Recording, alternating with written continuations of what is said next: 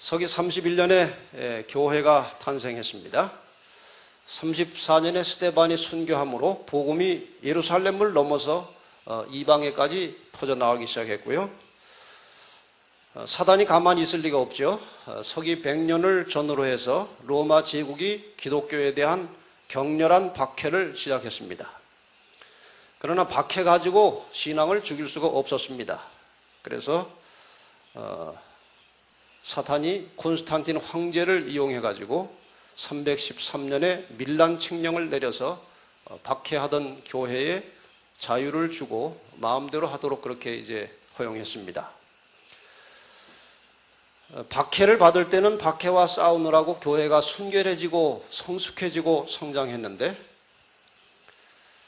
박해가 멈추고 자유롭게 되니까 신앙이 나태해지고 싸울 것도 없고 그냥 점점 세속화돼 가버렸습니다. 한 번은 중국의 우리 재림교인이 중국이 지금처럼 자유롭지 않을 때에 중국의 한 지하 재림교인이 홍콩에 왔습니다. 홍콩은 그때 자유로웠죠. 홍콩에 와서 우리 재림교인 형제들을 만나서 대화를 하다가 이 중국 지하교회에서 온 우리 재림교인이 홍콩의 우리 형제들에게 참 당신들 어떻게 신앙을 유지해, 이쪽 홍콩에 있는 사람이 먼저 우리 중국의 재림 성도에게 그렇게 어렵고 힘든 자유롭지 않은 데서 어떻게 신앙을 지키시는지 참 걱정이 됩니다. 그랬대요. 그랬더니 중국에서 온 그 형제가 저는 아무 걱정 없습니다. 워낙 핍박이 심하고 워낙 감시가 심하기 때문에 우리는 더 많이 기도할 수밖에 없고 말씀 한마디 한마디 숨어서 볼 때 말씀이 꿀같이 달고 정말 진실한 신앙을 하지 않을 수 없는데 당신들은 이렇게 자유롭고 눈만 뜨면 죄거리들이 보이는데 어떻게 신앙하는지 걱정됩니다. 그러더래요. 말이 사실입니다. 지금 여러분이나 혹은 저에게 시련이 없다면요, 기도 잘 안 합니다. 좀 노골적으로 적극적으로 말씀드리면 내가 지금 신앙생활하는 게 너무 편하고 좋다. 이유는 두 가지 중에 하나입니다. 너무나 성령이 충만해가지고 우리 오집사님처럼 사탄이 감히 옆에 올 수도 없을 정도로 영이 충만하면 아주 행복하고 좋습니다. 그렇지 않은데 편안하다. 그거는 사탄이 시험할 것도 없이 자기 거니까 그냥 가만히 두는 겁니다. 우리가 시련이 없다는 것은 하나님 말씀의 원칙대로 살지 않는 증거입니다. 하나님 말씀대로 영적으로 제대로 살면 사단이 가만두지 않아요. 그러니 자기가 이렇게 지금 편안하게 사는 게 원인이 성령 충만인지 뭔지 한번 생각해 보시기 바랍니다. 이건 아주 중대한 질문이에요. 하나님 뜻대로 바르게 살고자 하는 사람을 사단이 가만두지 않는다는 사실을 아셔야 합니다. 우리 정말 영이 충만한, 사단이 감히 접근도 할 수 없을 만큼 영이 충만한 기도와 말씀의 사람이 되시기를 바랍니다. 로마 제국은 476년에 멸망했고 그 다음에 이제 타락한 교회 중에서 가장 큰 교회, 로마 교회 감독이 서서히 힘이 커지더니 마침내 교황으로 군림하게 되는 시대가 열렸습니다. 1517년에 교황이 온 세상의 우두머리가 된 지 약 1000년 정도 지난 후에 이 암흑 세계에 말틴 루터가 말씀의 빛을 가지고 종교개혁을 시작했습니다. 이 종교개혁을 제압하기 위해서 제수이트 단체가 만들어졌고 지금까지 활동을 하고 있습니다. 지금까지도 제수이트가 온 세계의 모든 정치, 경제, 종교, 문화 이런 것들을 뒷조종하는 그 실세는 제수이트입니다. 드디어 이제 유럽에서 견디다 못한 청교도들이 신대륙으로 이주해 가서 거대한 개신교 국가를 세웠습니다. 얼마가 지난 후에 이제 교황권이 몰락하고 미국이 힘을 가지고 새 역사를 열어가는 그러한 시대가 되었습니다. 이것이 이제 오전에 배운 역사들입니다. 계속해서 사단은 박해를 합니다. 로마 제국을 통해서 박해를 했고 로마 교회를 통해서 박해를 하고 하나님의 백성들은 끊임없이 박해와 싸우면서 성숙해지고 성장해 가는 것입니다. 이것이 교회의 역사입니다.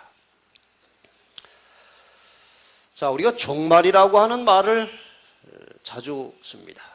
종말론, 세상의 종말이다. 종말이 뭡니까? 마지막 부분을 우리가 종말이라고 하는데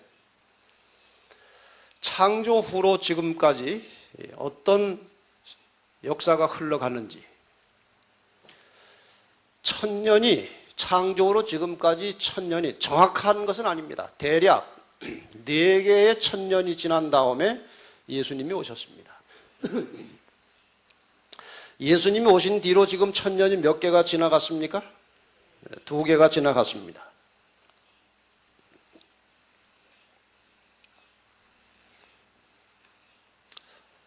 말세, 종말이 도대체 언제인가 하는 것입니다. 예수님 오신 후에 2개의 천년이 지나갔는데 성경의 예언을 보면 이 종말이 2000년 중에 마지막 200년 정도가 종말로 계산할 수 있는 기간입니다. 나중에 그 증거들을 다 보이겠습니다. 그래서 쉽게 말하면 대략 1800년대를 전후로 해서 종말이 말세가 시작되었다. 그렇게 보면 대단히 성서적입니다.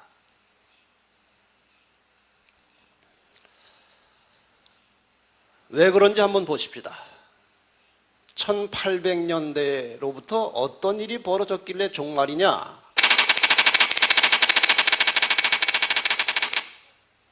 좋으시는 분 일어나시라는 신호입니다.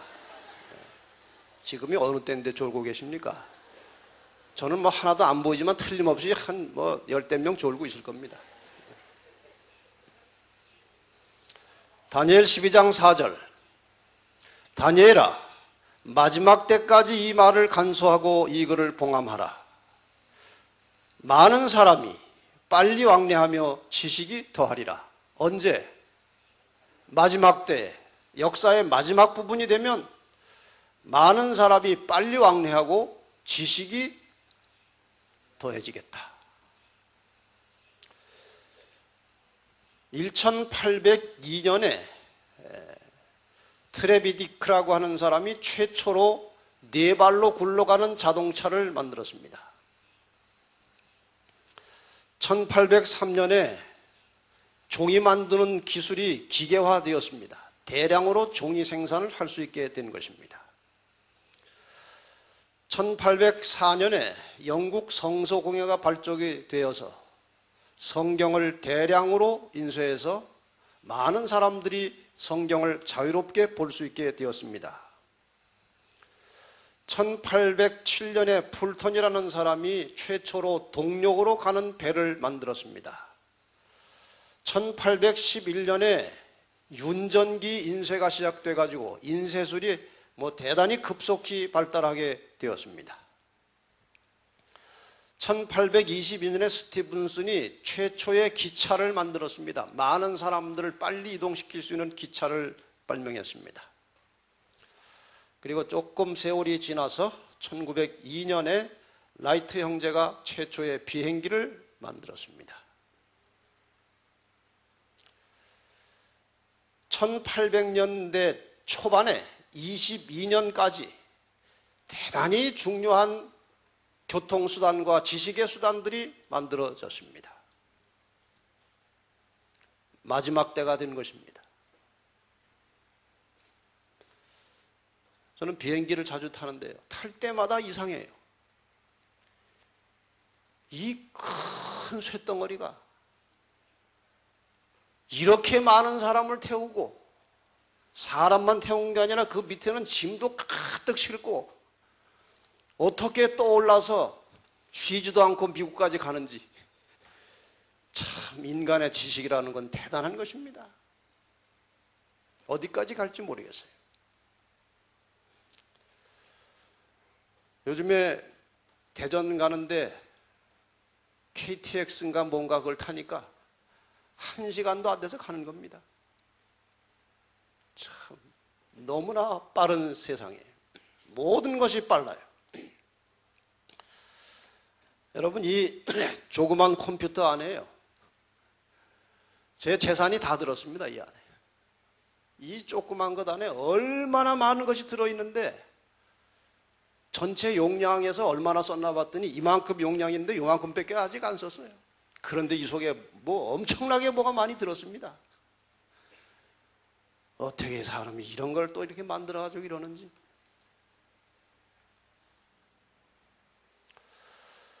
징조라는 것이 있어요. 예수님께서 말씀하시기를 내가 세상에 오기 전에 이런 징조들이 있을 것이다 하고 징조를 많이 말씀하셨는데 그 징조 가운데 해가 어두워지고 달이 핏빛으로 변할 것이다. 그런 말씀도 하셨고 별들이 떨어질 것이다. 이 천체의 징조를 말씀하셨어요. 그런데 해가 어두워지고 달이 핏빛으로 변하는 일이 1780년에 북미에서 있었습니다. 그리고 1798년에 교황이 몰락하고 말세에 온 세계를 일단 정치적으로 지배할 미국이 대단히 큰 힘으로 출발한 것이 1798년입니다. 1776년에 독립을 했지만 아까 말씀드린 대로 프랑스가 인정하지 않았어요. 근데 교황이 이제 몰락한 후에 같은 해에 프랑스가 미국을 독립국가로 인정하면서 미국이 이제 세계적인 국가로 발돋움을 하게 된 것입니다. 1831년에 윌리엄 밀러를 주축으로 한 세계적인 북미에서 시작되었지만요. 재림운동이 아주 거창하게 벌어졌습니다. 주님께서 곧 오신다는 것입니다. 1833년에 별 떨어지는 일이 있었습니다. 이것이 다 1800년대를 좌우로 왔다 갔다 일어나는 사건들이에요. 이런 것들을 보면 분명히 성서적으로 이 지구 역사의 종말은 1800년대로부터 시작이 되었다. 이렇게 보시면은 틀림이 없을 것 같습니다. 그러니까 인생 한 80년, 90년 살면서 내가 어릴 때부터 말세 했는데 아직도 예수님 안 오신 걸 보니까 모르는 모양이다. 그러시면 안 돼요. 하나님의 시계는 큰 시계입니다. 그 시계를 우리 조그만 시계 가지고 자꾸 이렇게 계산하면 안 됩니다. 어쨌든 지금 우리는 종말 시대의 마지막 부분에 와 있는 것이 확실합니다. 1844년 대실망은 그냥 실망으로만 끝난 것이 아니라 성경을 다시 성소 제도와 연관시켜서 계산을 해보니까 1844년 10월 22일에 재림하신 것이 아니고 뭐가 시작됐다는 사실을 깨달았습니까? 심판이 시작됐다는 사실을 깨달았습니다. 1844년 10월 22일 하늘 지성소에서 시작된 이 재림전 심판 혹은 조사 심판은 죽은 의인과 의인이라기보다 죽은 그리스도인과 산 그리스도인들을 심판하는 것입니다. 하나님 믿지 않는 사람에 대한 심판은 1000년이 지난 다음에 이루어지는 것이고 재림 전에 진행되고 있는 심판은 재림 때에 구원받을 사람을 확정짓는 심판입니다. 그런 엄숙한 시기가 지금 지나가고 있어요. 죽은 성도들 중에 구원받을 사람, 받지 못할 사람, 살아있는 성도들 중에 구원받을 사람, 못 받을 사람 하나님이 다 아십니다. 그 심판을 하는 것입니다. 그 심판에 우리가 순간순간마다 그리스도의 보혈의 공로를 의지하고 살 때에만 심판을 통과할 수 있는 것입니다. 우리의 의는 아무것도 아닙니다. 아무것도 아닙니다. 인간은 속절없는 죄인입니다. 아무리 신앙생활을 오래 하고 기도가 숙달이 되고 말씀을 잘 알고 경건하게 사는 것처럼 보여도 그리스도를 떠나서 스스로 존재하는 순간에 우리는 죄인입니다. 속절없는 죄인입니다. 그래서 오랫동안 신앙생활을 했는데도 불구하고 순간적으로 어떤 인간의 욕망을 참지 못해서 실패하고 넘어지는 사람들이 얼마나 많습니까? 우리가 정말 그리스도를 떠나는 순간에 죄인임을 잊지 말고 순간순간마다 우리 주님과 함께 동행하는 영의 삶을 살게 되시기를 바랍니다.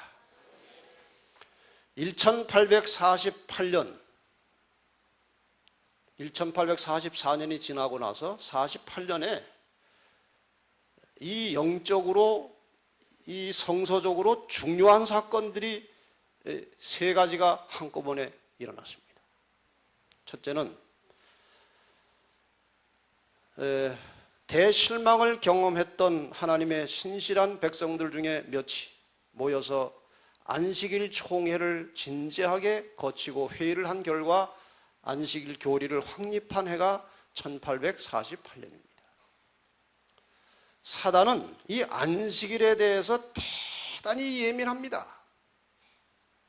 어떻게 해서라도 안식일을 없애려고 하는 것입니다. 안식일을 사람들이 보지 못하게 해야 하는 것입니다. 사단은. 그래야 하나님과의 관계를 끊어버리기 때문에 그런 것입니다. 그런데 드디어 안식일이 밝혀지니까 사단도 가만히 있을 수가 없던 것입니다. 그래서 하나님을 무시하고 하나님을 없다고 주장하는 칼 마르크스의 유물론 사상에 기초한 공산주의가 선언되었습니다. 이게 1848년입니다. 그 다음에 사단이 이제 인간을 미혹하는 가장 강력한 도구로 마지막 시대에 사용될 강신술이 1848년에 시작이 되었습니다. 여러분이 강신술은 정말 무서운 것입니다. 사단이 이 마지막에 하나님의 백성들을 포함해서 온 세상을 자기의 손으로 끌어들이기 위해서 준비하고 있는 마지막 사술이 강신술입니다. 우리는 이 사단의 정체에 대해서 잘 알아야 합니다. 강신술의 발단은 이렇게 시작된 것입니다. 창세기 2장 17절에 보면 이 선악과에 대하여 하나님께서 아담과 하와에게 말씀하시기를 선악을 알게 하는 나무의 실과는 먹지 말라. 내가 먹는 날에는 어떻게 되겠다고요? 정령 죽으리라. 그렇게 말씀하셨어요. 그런데 창세기 3장 4절에 보면은 뱀이 그 하와에게 말할 때 너희가 어떻게 되겠다고요? 먹어도 결코 죽지 아니하리라고 했어요. 그러니 둘 중에 하나는 거짓말입니다. 똑같은 일을 두고 하나님은 죽겠다고 말씀하셨고 사탄은 안 죽는다고 했으니 둘 중에 하나는 거짓말 아닙니까? 하나님이 거짓말 하시겠습니까? 사탄의 거짓말이에요. 이후로 사탄은 사람의 몸은 죽었지만 혼은 죽지 않은 것으로 사람들이 알도록 자기가 혼의 역할을 계속하면서 오늘 이날 이 시대까지 많은 사람들이 지구상의 대부분이 사람이 죽으면 몸은 죽지만 혼은 안 죽어서 떠돌아다니거나 활동한다고 그렇게 믿고 가르치고 있는 것입니다. 각시대 대쟁투 556페이지에 보면은 이렇게 죽은 자의 영혼과 교통한다고 하는 자들, 이런 일을 하나님께서 절대로 금하셨습니다. 구약시대에도 오늘날의 강신술사 같은 사람들이 활동을 한 기록이 많이 나옵니다. 이렇게 신접한 자의 행위는 하나님께서 가증히 여기시는 일로 선언되었고 그것은 죽음의 형벌에 해당되는 것으로 엄하게 금지되었다. 그만큼 이것은 하나님께서 아주 경계하시는 부분입니다. 죽은 자의 혼과 교통한다는 것은 그건 사탄의 장난입니다.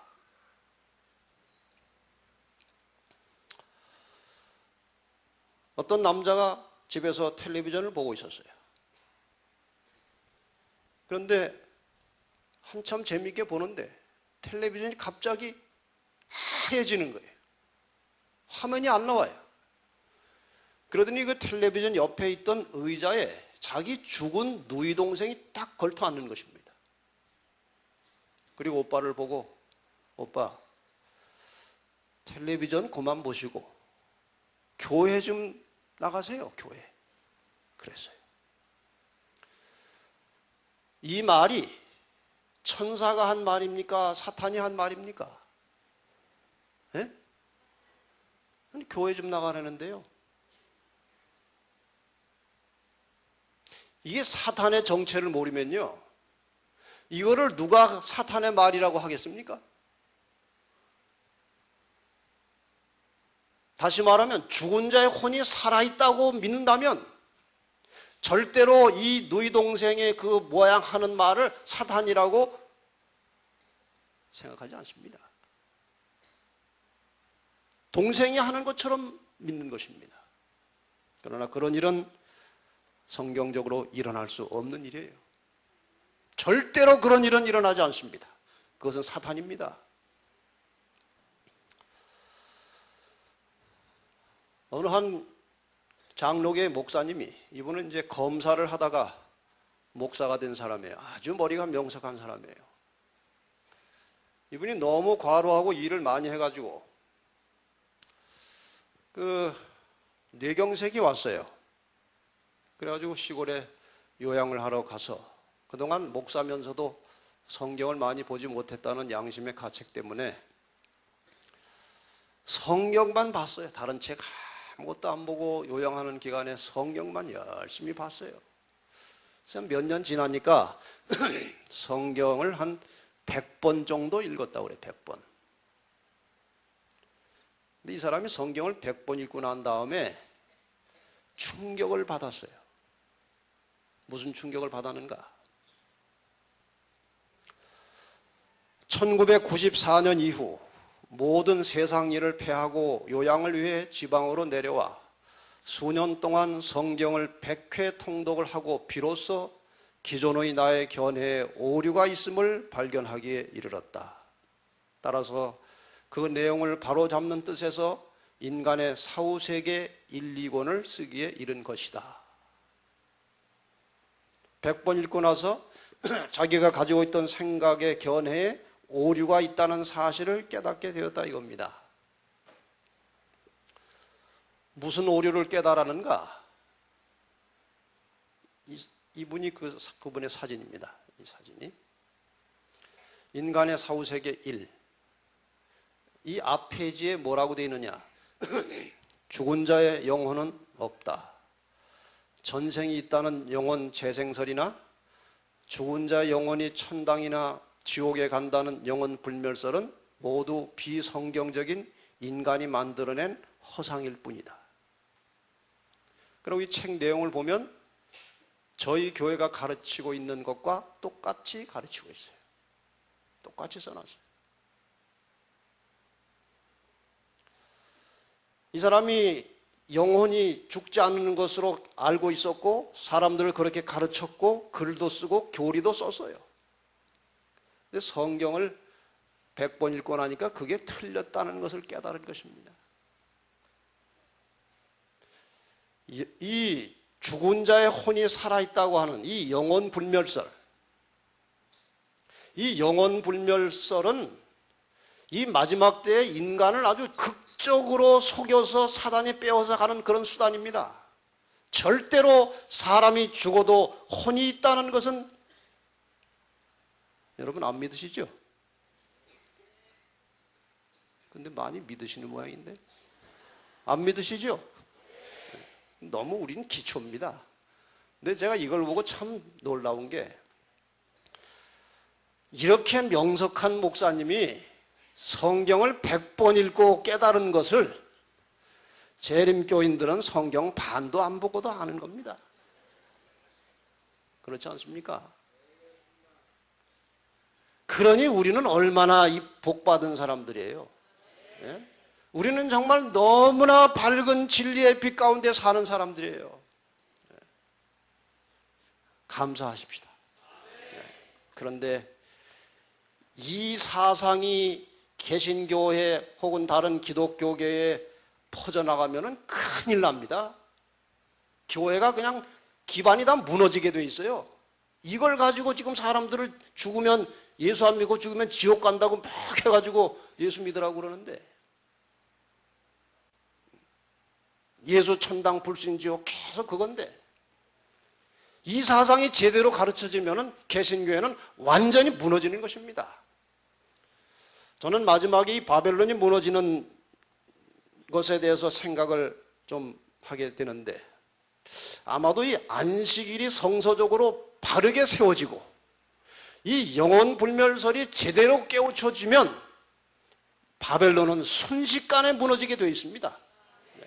정말 쉽게 말하면 허당입니다. 허당.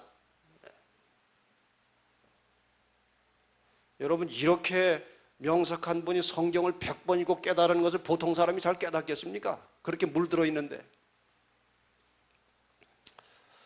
어쨌든 이 영혼불멸설은 매우 심각한 문제인데 그것을 가지고 사단이 마지막 때 강신술로 인간을 미혹할 것입니다.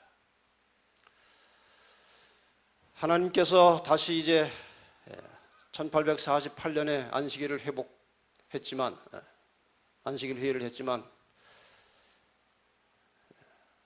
구체적으로 보면은 안식일 준수하는 사람들이 모여서 6번에 걸쳐서 집중적인 연구와 토론과 회의 끝에 안식일이 변경될 수 없는 성서적 교리임을 확정하게 되었습니다. 이것이 확정되는 순간에 사탄은 대단히 이제 긴장 상태에 들어가는 것입니다. 왜 그런가? 여기 내가 있고 하나님과 수직적인 관계 그리고 이웃과 가족과 수평적인 관계 때문에 인간이 존재하는 것입니다. 다른 사람이 없이 내가 스스로 존재할 수 없습니다.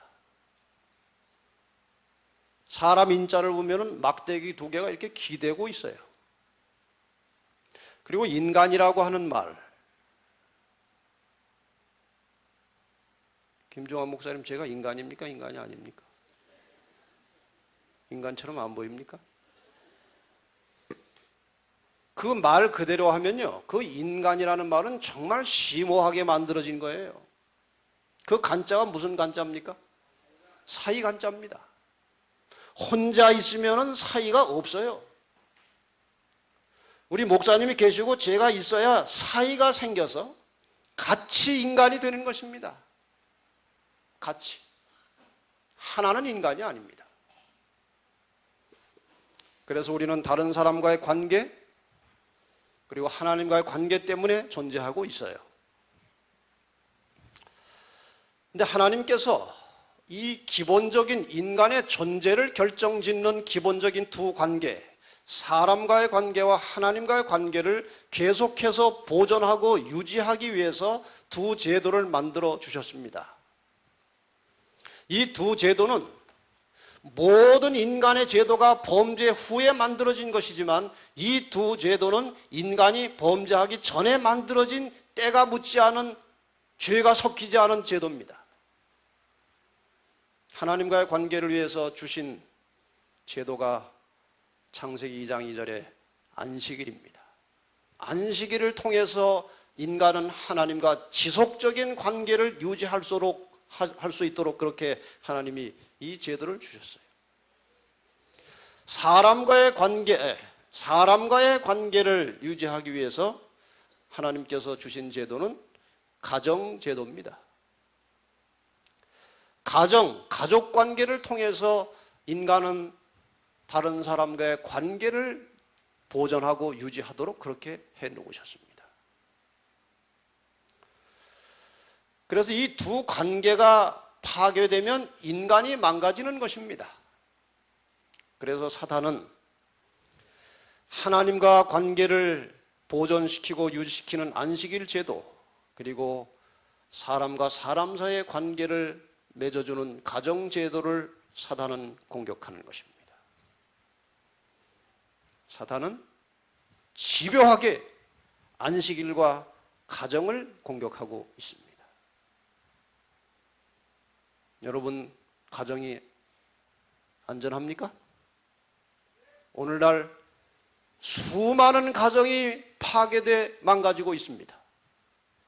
지금 한국의 이혼율이 무시무시하게 높아져 가고 있어요. 가정이 다 망가지는 것입니다. 겉으로는 이혼은 아니지만 내막적으로는 이혼한 것처럼 사는 집도 얼마나 많습니까? 이것이 사단의 전략입니다.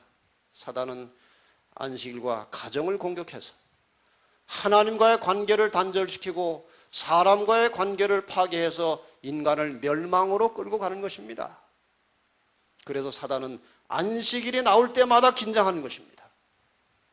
결국 선악의 마지막 싸움의 최고의 쟁점은 안식일과 일요일의 싸움이에요. 그래서 그런 것입니다. 이렇게 해서 하나님과 관계를 파괴시키고 사람과의 관계를 파괴시켜서 인간을 멸망으로 끌고 가는 것이 사단의 기본 전략입니다. 그래서 하나님께서는 이 마지막 시대에 세 천사의 기별 중에 첫째 천사의 기별을 통해서 안식일을 회복할 것을 강력하게 권고하고 계십니다. 한번 같이 읽어볼까요? 시작. 그가 큰 음성으로 가로되 하나님을 두려워하며 그에게 영광을 돌리라. 이는 그의 심판하실 시간이 이르렀으니 하늘과 땅과 바다와 물들의 근원을 만드신 이를 경배하라 하더라.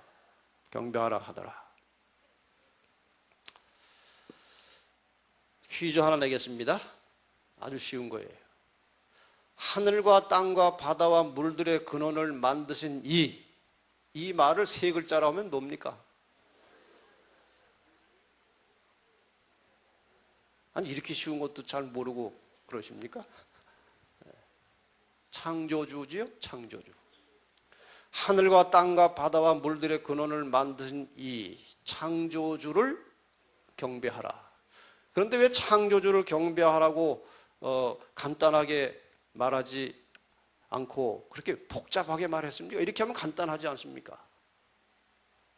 이 마지막 시대에 재림이 가까이 오는 이 시기에, 심판이 가까이 오는 이 시기에 천사가 외치는, 아니면 마지막 남은 자손들이 세상을 외쳐야 할 기별은 창조주를 경배하라는 것입니다. 그런데 거기에 창조주라는 말 대신에 이렇게 긴 설명이 나온 것은 무엇을 생각나게 해주는 것입니까? 넷째 계명을 생각나게 하는 것입니다. 하늘과 땅과 바다와 그 가운데 모든 것을 만들고. 그래서 이 세 천사의 기별 중에 첫째 천사에 나오는 기별에 나오는 아주 중요한 메시지는 넷째 계명을 찾아보라는 것입니다. 왜냐하면 심판은 가까웠고 심판의 기준은 하나님의 계명이고 그 계명의 중심에 안식일이 들어있으니 그것을 보라는 것입니다. 그래서 그렇게 긴 말로 넷째 계명을 인용해서 설명한 것입니다. 이렇게 해서 이제 안식일이 들춰나니까 이 사탄이 또 작품을 하나 만들어내는데 다윈이라는 사람이 종의 기원을 발표한 것입니다. 1859년, 다 지금 1800년대에서 이 마지막 골인할 지점을 얼마 남겨두지 않고 치열한 전쟁이 벌어진 것입니다. 선악간에. 1859년에 다윈이 창조론과 배치되는 진화론의 모체가 되는 책 종의 기원을 발표했습니다. 이 진화론은 증명되지 않은 가설입니다. 증명이 되는 것은 법칙이라고 하고 증명이 되지 않은 것은 론이나 설이라는 것을 붙입니다. 이건 설입니다. 그런데 증명도 안 된 것이지만 짧은 시간에 수많은 사람들에게 영향을 미치면서 창조주 하나님을 무시하고 무신론 사상을 퍼뜨려 나갔습니다. 참 놀라운 일이에요. 그런데 이것이 엄격하게 따져 들어가 보면은 정말 허구한 것인데도 불구하고 많은 사람들이 일시에 여기에 물들어간 배경이 있어요. 종교 암흑시대 동안에 성경에 나오는 하나님을 믿는다고 하는 사람들에게, 그 지도자들에게 너무나 많은 고생을 한 것입니다. 정말 어두운 세계를 지나간 것입니다. 그래서 진화론이 나왔을 때 그게 뭐 맞아서 받아들인 게 아니고 그동안 성경을 가지고 가르치던 창조론과 틀리기 때문에 무조건 좋은 것입니다. 후보가 둘이 나왔는데 선거하는데 한쪽은 정말 내가 미워하는 사람이에요. 근데 이쪽은 별로 좋아하지는 않아요. 그러나 누굴 찍습니까? 미워하는 사람 안 찍고 별로 안 좋지만 반대를 찍는 것입니다. 마찬가지로 종교 암흑시대 동안에 이 종교적 가르침에 아주 환멸을 느낀 사람들이 창조론과 반대되는 인류의 기원이 나오니까 그냥 좋다고 받아들인 것이 진화론입니다. 물론 여기에 대해서 또 아주 세부적인 학설로 반박할 사람도 물론 있을 것입니다만, 그러나 1864년에 멘델이라고 하는 사람이 무슨 콩을 가지고 실험을 했습니까?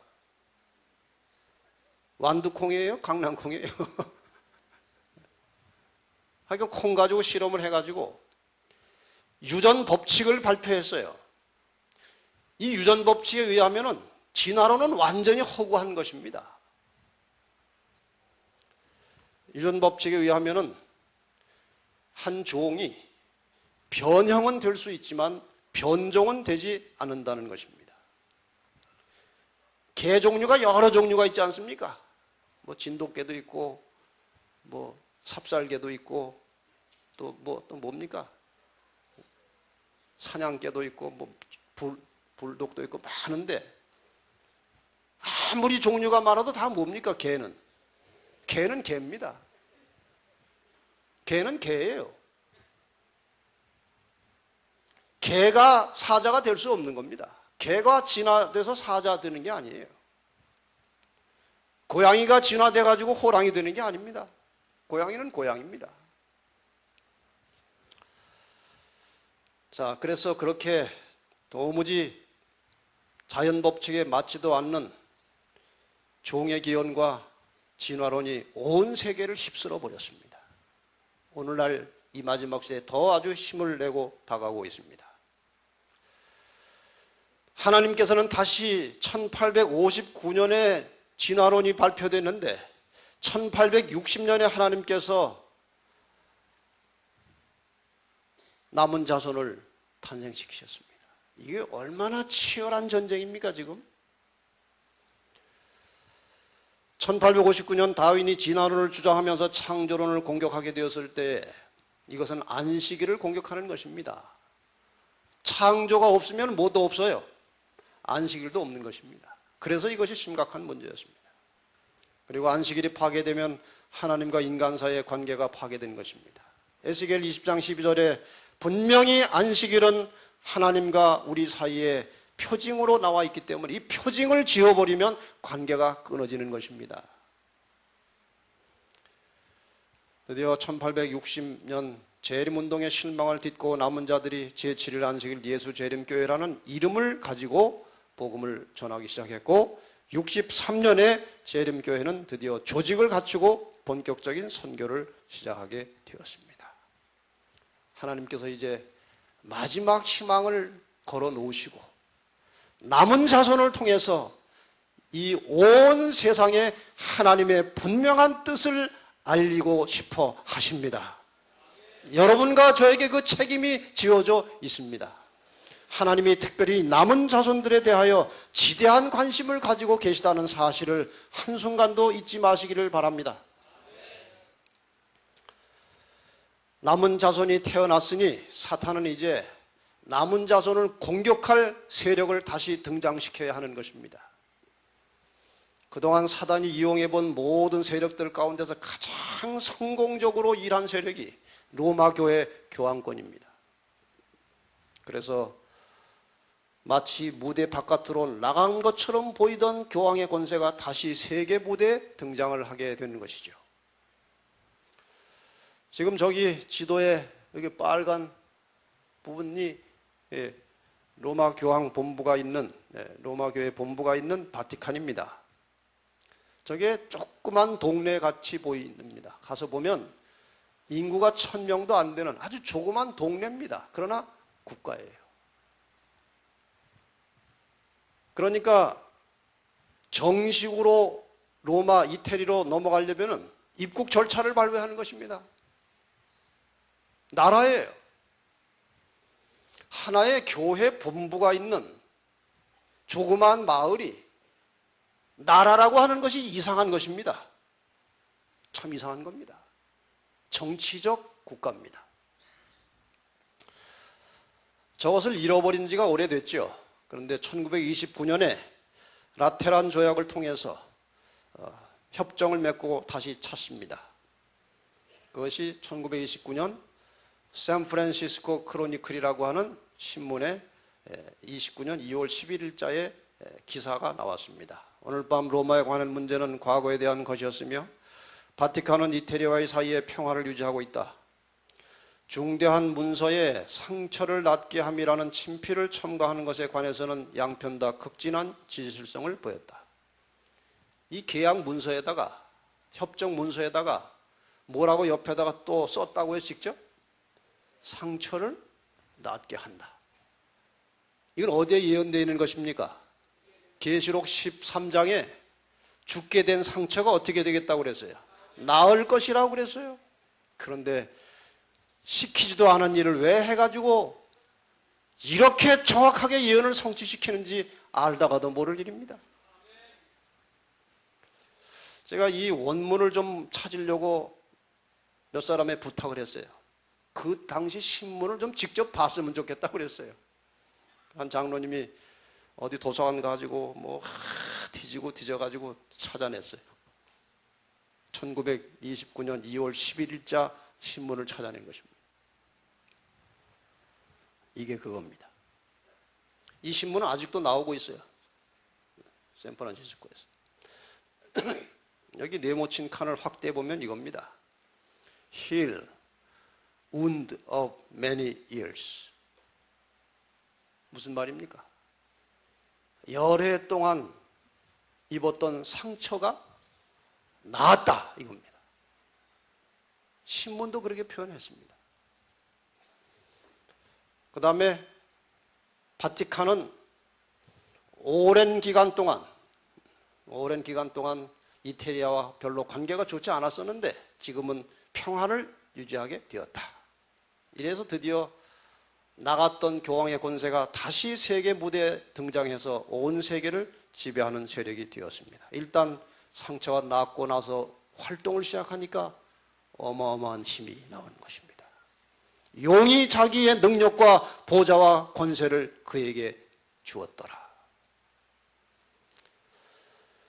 그 죽게 되었던 상처가 나음에 온 땅이 이상히 여겨 짐승을 따르고 짐승에게 경배에 가로되 누가 이 짐승과 같으뇨 누가 능히 이로 더불어 싸우려 하더라.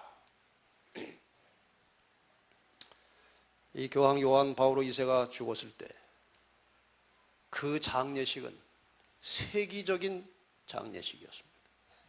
세계의 수많은 정치 지도자들이 다 바티칸에 집결했습니다. 지금 조문을 하는데 지금 여기 조문하려고 무릎 꿇은 사람들이 누굽니까? 부시 대통령 그 당시 그 부인 부시 대통령 아버지 옛날에 대통령 하던 사람 클린턴 또 그 옆에 국방장관 여러분, 저 큰 권력을 가진 사람들이 어찌하여 죽은 교황의 시체 앞에 무릎을 꿇고 있습니까? 참 신기한 일입니다. 그렇게 교황은 힘이 있었습니다. 영국의 찰스 황태자는 세 번째 결혼 날짜를 잡아놨는데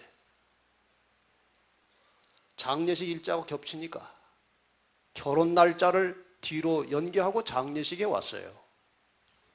참 놀라운 일입니다.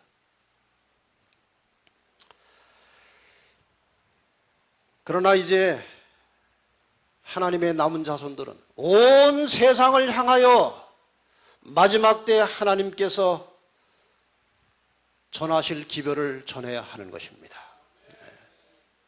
이것을 우리가 영원한 복음이라고 하지 않습니까? 또 보니 다른 천사가 공중에 날아가는데 땅에 거하는 자들 곧 여러 나라와 족속과 방언과 백성에게 전할 영원한 복음을 가졌더라.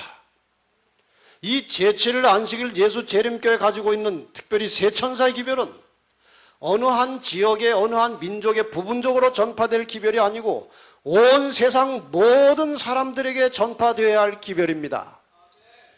그래서 이 교회는 세계적인 조직을 갖추고 온 세계 모든 나라의 이 복음을 지금 세 천사의 기별을 여기저기 구석구석 심고 있고 심어 왔습니다. 그 결과가 어떻습니까? 여러분 이 도표를 그전에 많이 보셨을 것입니다. 이 도표는 미국 성서공회에서 나온 도표입니다. 이 도표의 밑에 설명서를 보면은 전 세계 교회들과 성서공회들이 여러 나라에 이제 그들의 언어로 성경을 보급하고 있는데 여러분이 이제 페이지 몇 페이지를 넘겨보면 당신의 교단과 다른 교단들이 그리스도를 증거하고 있는 나라들을 보여줍니다. 이렇게 설명이 되어 있고 넘기면 이제 그게 나오는 것입니다. 아주 작은 글씨라 잘 안 보이시겠지만 왼쪽에 써 있는 글씨는 American Bible Society and Church Missions 그런 것인데 미국 성서 공회와 교회의 사명들 그렇게 해석할 수 있겠죠. 저 상단에는 64개의 주요 개신교 교파들이 있습니다. 그 다음에 이 밑으로는 세계 184나라, 그 당시 통계입니다. 184나라가 이제 쭉 나와 있습니다. 저 64개 교파 중에 제7일 안식일 예수재림교회가 있을까요? 없을까요? 있을까요? 없을까요? 이단인데 있어요? 미국에서는 그런 말 안 합니다. 한국 사람들이 아주 유난히 그래요. 두 번째, 애드벤티스트 세븐스데이가 있어요. 그래서 여기 그림을 보면은 여기 좀 봐야 되겠습니다. 이 교파가 이 나라에 들어가면 여기다 점을 찍는 것입니다. 이 교파가 이 나라에 들어가면은 또 여기다가 이제 점을 찍는 것입니다. 이 나라. 쭉 점을 찍었어요. 뒤에서 작아서 잘 안 보이시겠지만 그냥 어렴풋하게 보시면 두 번째 보면은 거의 모든 나라에 다 점이 찍혀 있어요. 다른 교파는 그런 교파가 없습니다. 둘째 페이지에 가도 마찬가지입니다. 제7일 안식일 예수재림교회는 거의 모든 나라에 점이 찍혀 있습니다. 그곳에 들어가서 선교 활동을 하고 있다는 것입니다. 마지막 페이지에 가도 똑같습니다. 모든 나라에 여기는 다 점이 찍혀 있습니다. 이번에 대총회에 모였는데 206나라 대표들이 왔습니다. 여러분 세계 어떤 회의도 200나라 이상 모이는 회의는 없습니다. 올림픽도 그렇게 안 옵니다. 정말 이 교회는 성경에 예언된 마지막 시대의 세 천사의 기별을 땅끝까지 전파할 사명을 가지고 태어난 하나님의 교회임이 분명한 것입니다. 아무도 이 사실을 부인해서는 안 되는 것입니다. 역사가 그렇고 현실이 그런 것이고 예언이 그렇게 되어 있어요. 전 세계를 13개의 지회로 분할해서 아주 철저하게 구석구석 복음을 전하기 위해서 지금까지 활동해 왔고, 여러 가지 물론 교회로서 인간적 결함과 문제점이 전혀 없지는 않았겠지만 어쨌든 오랜 세월 동안 전 세계 모든 나라의 세찬세 기별의 씨앗을 심어 놓은 것입니다. 이제 여기에 늦은비 성령의 불이 붙으면 세계를 삽시간에 복음화시키고 끝날 것입니다. 여러분, 전 세계의 세찬세 기별을 전하는 일에 대해서 절대로 염려하지 마시고 여러분 각자 일을 충실히 하면서 신실하게 복음을 전하시기를 바랍니다. 때가 되면 하나님께서 순식간에 끝내십니다. 염려하지 마시고 현실에 충실히 자기의 신앙을 지키고 자기 주변 사람들에게 아주 부지런히 복음을 전하고 사시면 되는 것입니다.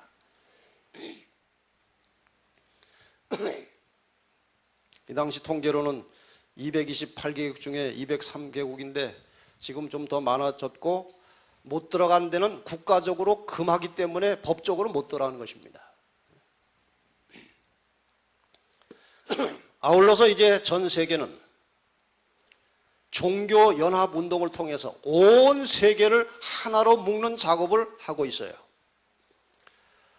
말라카이 말틴이라고 하는 사람이 쓴, 이 사람 아주 유명한 가톨릭 교부입니다. 신부입니다. 피의 열쇠라는 책 15페이지에 원 제목은 The Kiss of This Blood라는 책입니다. 원하든지 않든지 준비되었든지 않았든지 간에 우리는 세계적 패권 경쟁에 관련되어 있다. 이 경쟁은 또한 수단 방법을 가리지 않은 무제한 전쟁이다. 일단 경쟁이 끝나면 세계와 그 안에 있는 모든 것, 즉 개인으로서나 국민으로서의 우리들 생활 방식과 가족관계와 직업, 무역과 상업과 화폐, 교육제도와 종교와 문화, 그리고 이제까지는 우리 모두가 자동적으로 향유하고 있던 시민권, 이건 자유까지 포함하는 것입니다. 이 모든 것이 영원히 철저하게 변형되어 있을 것이기 때문이다.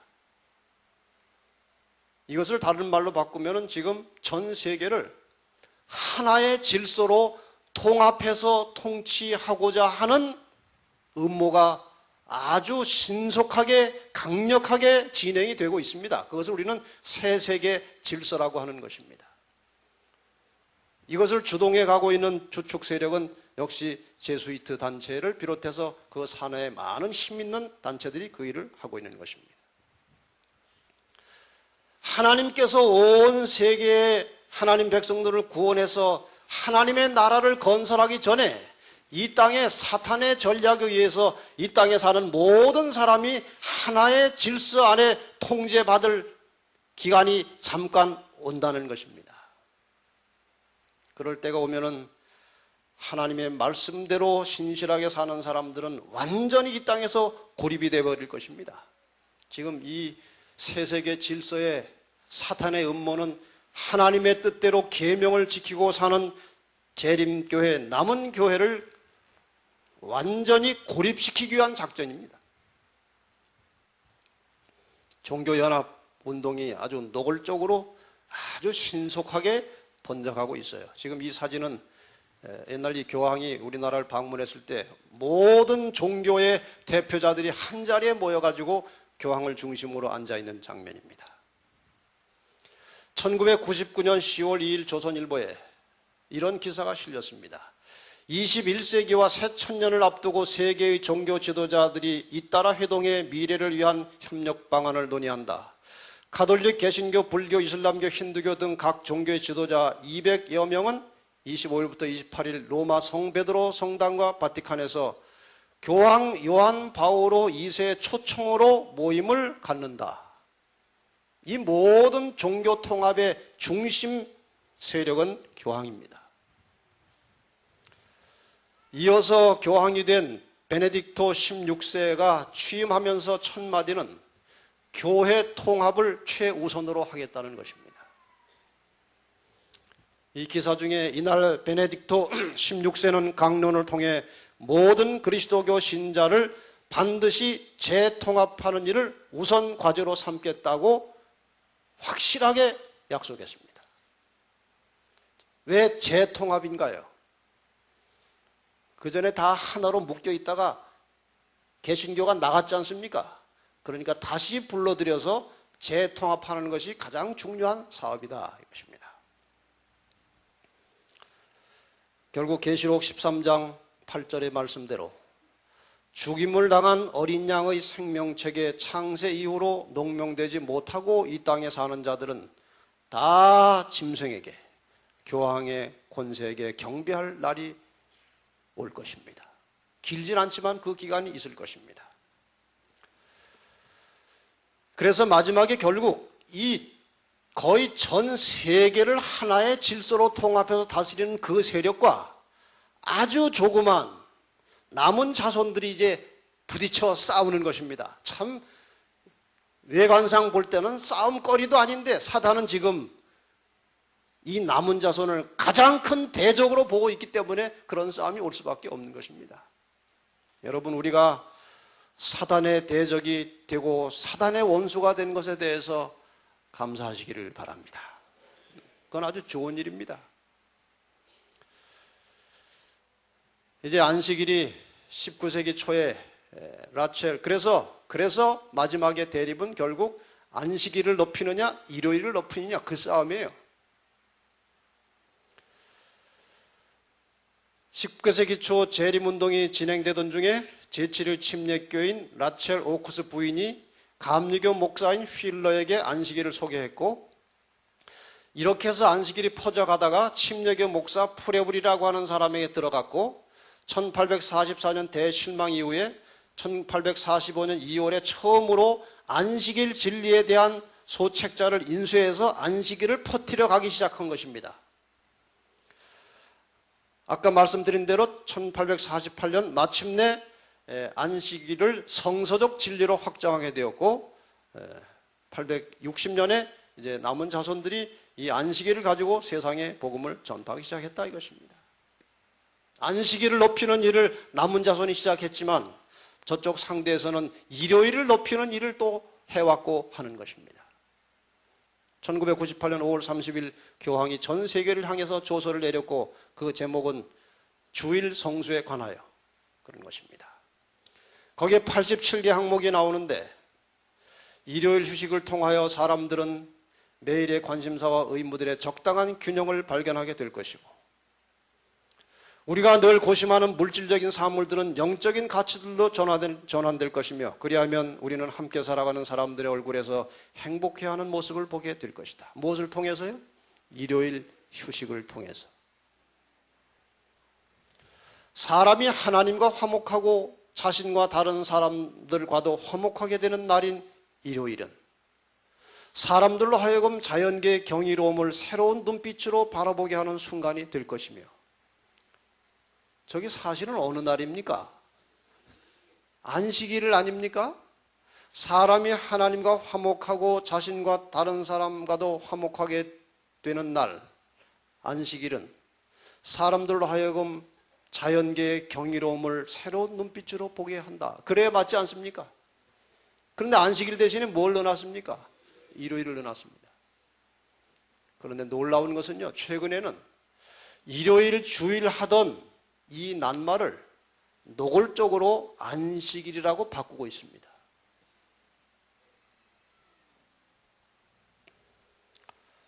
그 다음에 그러므로 우리 시대의 특수한 상황에서 자연히 그리스도인들은 일요일 성수의 의무라는 측면에서 법률의 보호를 받기 위해 투쟁할 것이다. 이거는 일요일 법령을 만들기 위해서 투쟁하겠다는 것입니다. 여기에 대한 상세한 이야기는 제가 이제 본복교에서 신앙할 때 다시 다루겠습니다. 지금 할 시간이 없고요.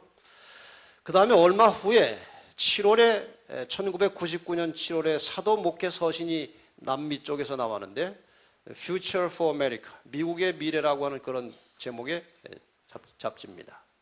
거기 9개 항목 중에 6번째 이런 항목이 나왔습니다. 영원하신 하나님께서 부활하신 날인 성일, 일요일 외에 다른 어떤 날을 준수하는 자들에 대해 관용할 수 없다. 이 날을 위해 우리는 로마 가톨릭 교회가 주장하고 있는 거룩한 말씀이 요구하는 바를 성취하지 않을 수 없다. 이것이 사람의 운명을 결정하게 될 것이다. 일요일과 안식일이 마지막 때에 인간의 운명을 결정할 것이라는 말을 했는데 이 말은 맞는 말입니다. 분명히 이 문제로 사람의 운명이 결정될 것입니다. 그 다음에 우리는 성일인 일요일을 어기는 자들에 대해 관용할 수 없다. 그러한 자들은 법정의 절차를 통해 양심의 자유를 발휘하지 못하도록 사법적인 형벌을 받게 될 것인데 이는 하나님의 법의 대리자인 교황의 최고 권위에 의해 로마가 제시한 법을 어겼기 때문이다. 교황은 심판하는 자이기에 심판을 받을 수 없다. 하나님입니다. 하나님. 많은 우리 재림교인들이 일요일 법령에 대해서 착각을 합니다.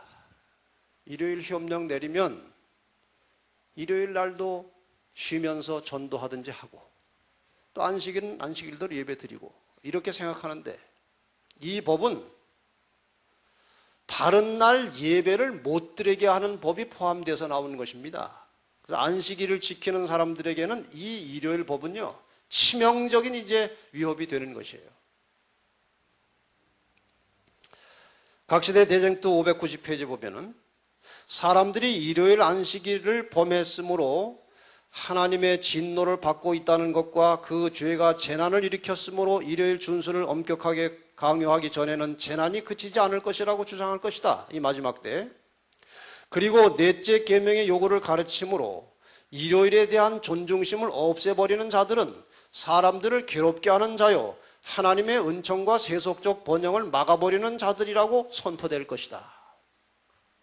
지금 일요일 법령을 추진하는 대단히 중요한 명분이 일요일 날 가족들이 다 모여가지고 함께 대화를 하고 같이 교회에 가서 하나님 말씀을 듣고 이렇게 가족 단위로 일요일을 보내면 범죄가 확실히 줄어들 것이고 세금이 절약될 것이고 사회가 평화롭고 안정될 것이라고 하는 명분을 가지고 일요일 법을 지금 추진하고 있어요. 그러므로 일요일 법을 반대하거나 일요일 법에 대해서 안 지키려고 하는 사람들은 이 사회를 어지럽히고 불안하게 만드는 사람처럼 취급을 받기 때문에 문제가 복잡한 것입니다. 상황이 지금 그렇다는 것입니다. 이제 우리는 드디어 늦은 비 성령의 역사를 받아야 할 때가 되었습니다. 요엘서 2장 23절에 이른 비와 늦은 비에 대한 말씀이 나옵니다. 복음전도 701페이지에는 이 늦은 비는 이른 비보다 훨씬 강력한 능력으로 마지막 시대에 역사할 것이라고 기록하고 있습니다. 시간이 없어서 이 늦은 비와 이른 비에 대한 이 이야기는 좀 그냥 넘어가겠습니다. 이른 비 성령을 위해서 준비할 때에 어떻게 준비해서 받았느냐, 이것은 늦은 비 성령을 받는 우리들에게 대단히 중요한 요건입니다. 늘 성전에 있어 하나님을 찬송했다. 모든 불화와 최상권을 잡으려는 욕망을 버렸다. 자신들의 상태를 탄원하며 마음을 깊이 살폈다. 영혼 구원에 대한 부담을 가지고 거룩한 정렬을 달라고 기도했다. 자신들의 불신을 자복했다. 이러한 상황이 되었을 때에 성령이 임하셨다는 것입니다. 오늘 우리에게도 이 초대교회와 같은 그러한 분위기와 그러한 정신과 그러한 마음이 우리에게도 필요한 것입니다. 그래야 우리가 늦은 비 성령에 동참할 수 있다는 것입니다. 이른 비 성령을 체험한 결과는 관심이 바뀌었습니다. 예수 그리스도의 형상을 담고 복음을 전하는 것이 최고의 관심사였습니다. 오늘 여러분과 저의 관심사는 무엇입니까? 이 성령 충만하게 될 사람들은 지금부터라도 모든 인간의 관심사를 두 가지에 맞춰야 되는데, 하나는 그리스도의 품성을 닮아가는 일과 또 하나는 복음을 전하는 것입니다. 우리의 생활 속에 이 두 가지가 가장 큰 삶의 주제가 될 때 우리는 영적인 그리스도인이 되는 것입니다. 이렇게 할 때에 복음의 능력을 얻게 되었습니다. 복음을 증거할 수 있는 능력을 얻게 되었습니다. 용기도 생기고 말도 트이고 열심도 생겨서 드디어 복음을 크게 증거하는 증인이 되었던 것입니다. 늦은비 성령의 경험은 이른비로부터 결실된 그 알곡을 여물게 한다고 그랬습니다. 큰 외침이 따를 것이고 마지막 때 시련을 견디게 하는 힘이 될 것이고 성도의 품성을 완성시키는 일을 늦은비를 통해서 한다는 것입니다.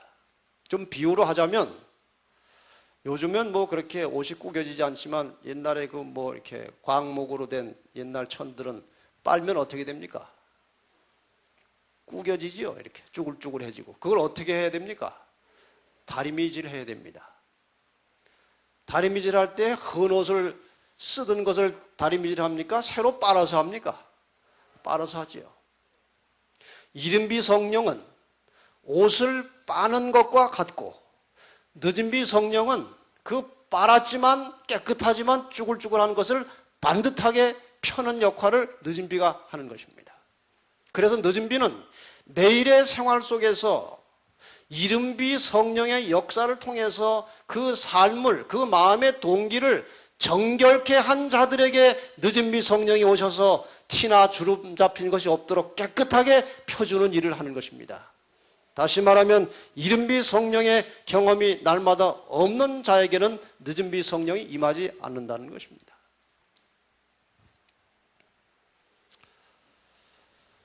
오순절날 이른비 성령이 오셨습니다. 그리고 이제 언젠가 일요일 법령이 내릴 것입니다. 오순절부터 일요일 법령이 내리기까지는 이른비의 기간입니다. 그리고 이제 재림, 일요일 법령으로부터 재림까지를 우리는 늦은비의 기간으로 보는 것입니다. 늦은비가 내려는 이 기간 중에 최후의 인심이 있을 것이고 큰 외침이 있을 것입니다. 1844년 이후로는 언제라도 늦은비 성령께서 임하실 수 있는 기간입니다. 그리고 일요일 법령은 항상 유동적이기 때문에 하나님의 백성들이 준비가 되면 하나님께서 다 준비를 시키신 다음에 일요일 법령이 내리는 것이기 때문에 유동적입니다. 그러나 일요일 법령이 발효되면 늦은비 성령의 역사가 함께 일어날 것을 우리가 여러 문서들을 통해서 확인할 수 있습니다. 마지막 사건들 37페이지, 38페이지 보면 만일 재림 신자들이 넘어갑시다. 늦은비가 지체되는 이유는 오늘날 우리에게 늦은비가 지체 내리지 않고 있는 것은 우리 중 극히 소수의 사람들만이 생활의 승리를 경험하고 있으며 참된 경건의 부흥이 너무나 결핍되어 있기 때문이다. 우리가 준비가 안 돼서 일요일 법령도 아직 더디오는 것입니다. 그럼 잘 됐네. 계속 준비 안 하면 일요일 법령도 안 오겠네. 그럼 누구도 안 오십니까? 예수님도 안 오십니다. 정말 우리가 예수님을 기다리고 만나고 싶으면 빨리 준비해서 늦은비 성령을 받고 큰 외침으로 사업을 마치고 우리 주님을 만나게 되기를 바랍니다. 결국 마지막 때에 아까 보신 대로 교파를 초월한 진리 중심으로 연합운동이 일어날 것이고 진리를 초월한 교회 중심의 연합운동이 일어날 것인데 이 양편의 중심은 하나는 일요일이고 하나는 안식일입니다. 이것이 우리의 운명을 결정하게 될 것입니다. 여기 남은 자손이 있고 영적 바벨론이 있습니다. 남은 자손 안에 쭉정이가 있습니까? 없습니까? 있어요? 없어요? 쭉정이가 많아요? 알곡이 많아요? 대답하기 어렵습니까? 알곡이 많다고 하자니 현실이 아는 그런 것 같고 쭉정이가 많다고 하자니 당신은 뭐요? 그럴 것 같고 어쨌든 있습니다. 조금만 해놓읍시다. 많지만 영적 바벨론에 알곡이 있어요? 없어요? 있습니다. 이 마지막 때에는 쭉정이가 절로 넘어가고 알곡이 일로 들어와야 끝납니다. 그렇죠? 쭉정이가 넘어갈 것이고 알곡이 들어올 것입니다. 이 작업이 끝나면 계시록 22장 11절의 말씀대로 불의를 하는 자는 그대로 불의하고 의로운 자는 그대로 의로워서 구원받기로 확정된 자가 타락할 수 없고 멸망받기로 확정된 자가 구원받을 수 없는 영원한 운명이 갈라지는 것입니다. 이 영원한 운명의 결정적인 역할을 하는 것이 일요일 법령과 늦은비 성령이에요. 일요일 법령은 남은 자손 중에 쭉정이를 내보내는 일을 하는 것이고, 늦은비 성령은 영적 바벨론의 알곡을 불러내는 일을 하는 것입니다. 그래서 이 두 가지는 불가피하게 와야만 하는 것입니다. 이렇게 해서 구원받을 사람으로 정해진 사람을 우리가 14만 4천이라고 하는 것이죠. 마침내 예수께서 이제 추수하러 내려오십니다.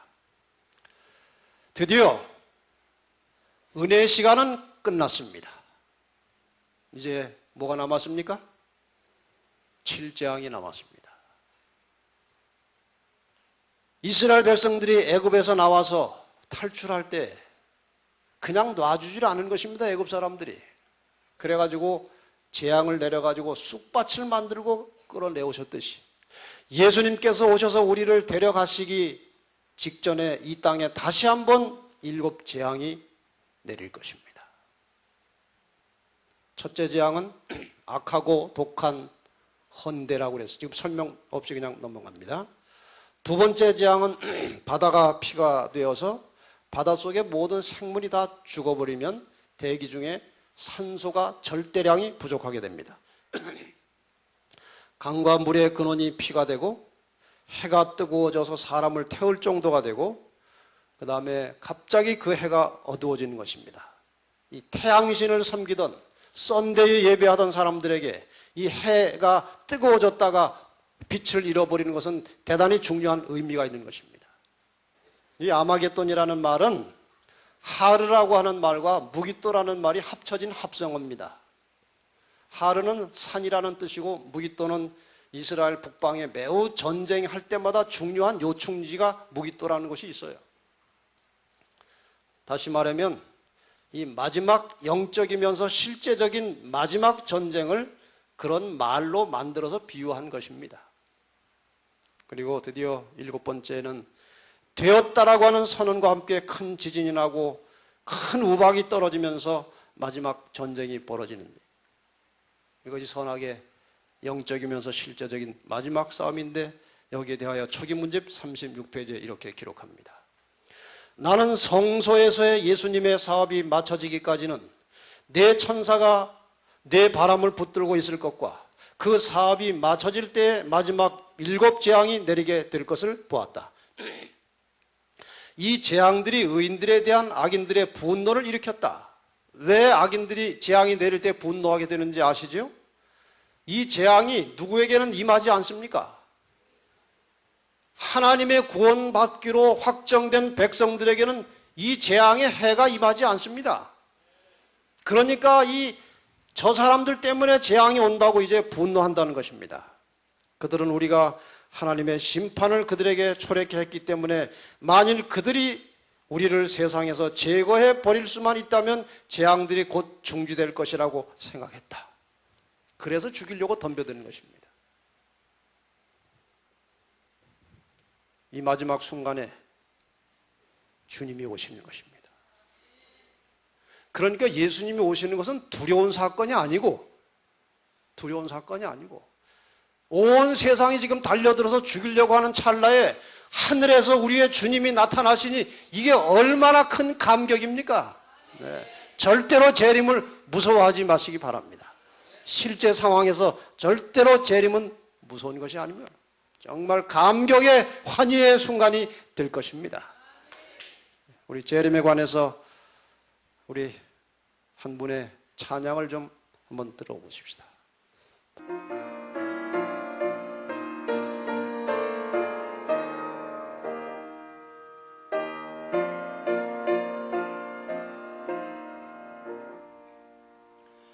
주님 오시는 그날이 언제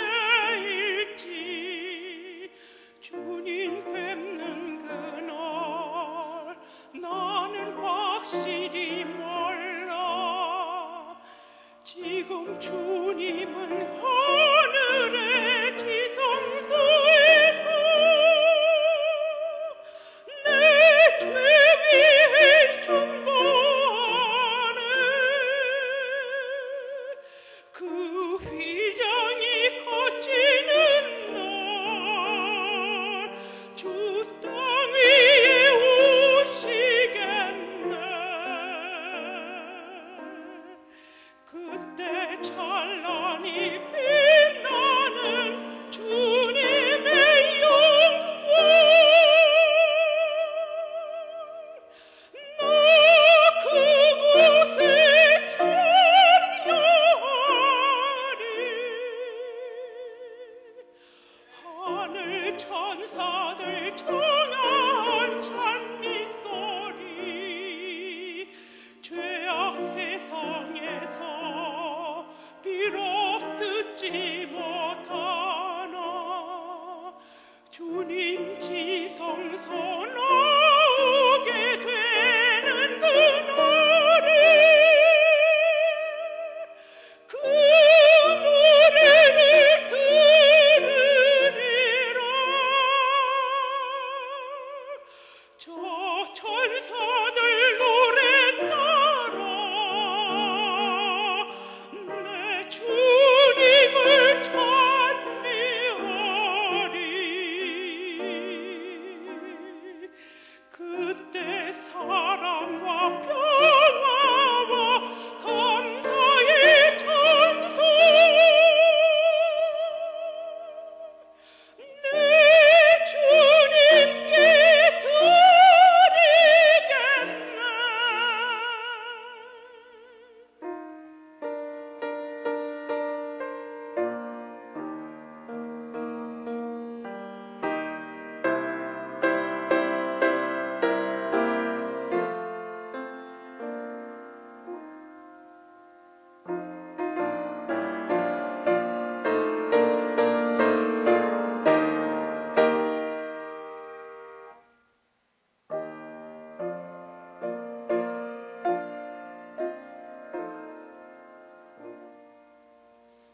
주님 준비한 빛나는 시온성을 지금 이 땅에서 비록 볼 수 없으나 나의 주님이 이 땅에 오시는 그날 나 시온성 보게 되리. 저 하늘 문 열리는 날 내 주님을 배우리라. 그때 사랑과 평화와 감사의 찬송 온 천지에 가득하리.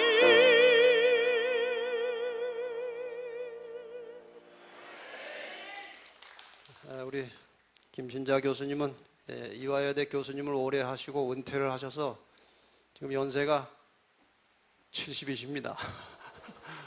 정말 아름다운 목소리로 저희들에게 감동적인 찬양을 주셨고 앞으로도 또 주실 것을 믿습니다. 드디어 우리 주님께서 조만간 영광 중에 나타나실 것입니다.